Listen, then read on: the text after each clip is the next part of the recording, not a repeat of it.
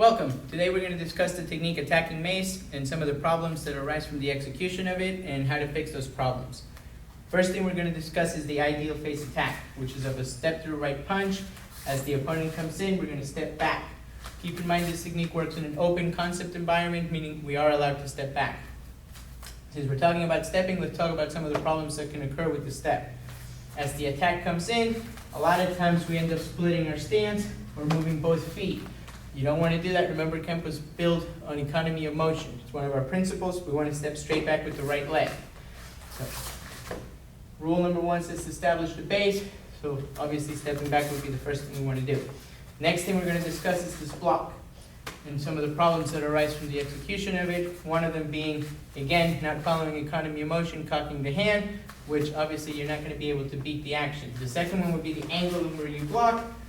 If you're blocking below the elbow, keep in mind that you will be eating the elbow as a possibility. So remember that in order to beat action, we want to meet action, so you want to execute this block as a thrusting inward block. Remember the rule says that anytime we're blocking outside the arm, you want to be at or above the elbow.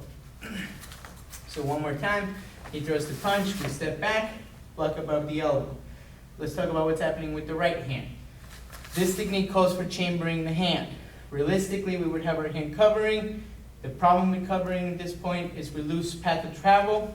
We won't have the same strength we need for the punch. From the chamber position, however, keep in mind that you are losing line of sight, but it is the ideal face, so that's what we're going to stick to. So as the punch comes in, we get the block. Then we have our hand chambered.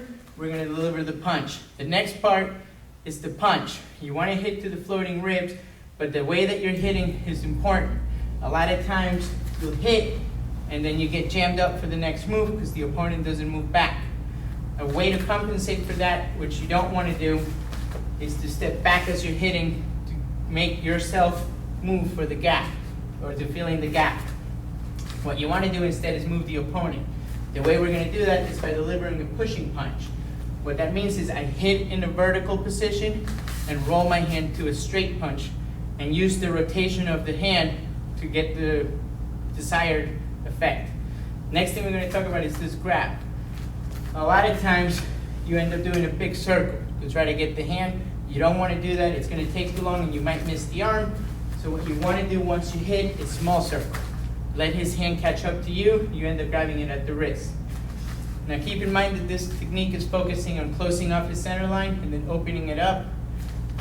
So we close up the center line, open up his center line. Now that his center line is open, we're going to do our low attack, which is the kick. The problem that happens with the kick is where we land. We don't want to straddle the paddle, so be careful where you're landing, so try not to pump the kick.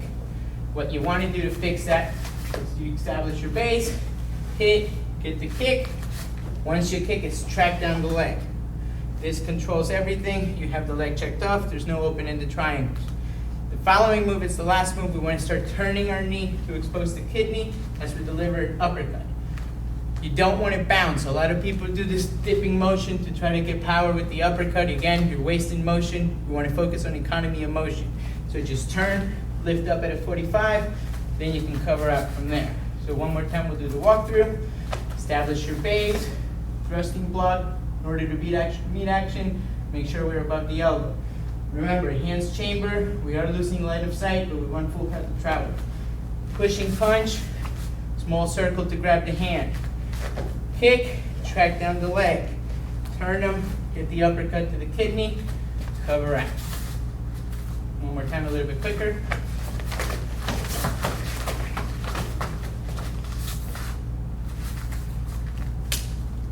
I hope this video has helped you with the technique.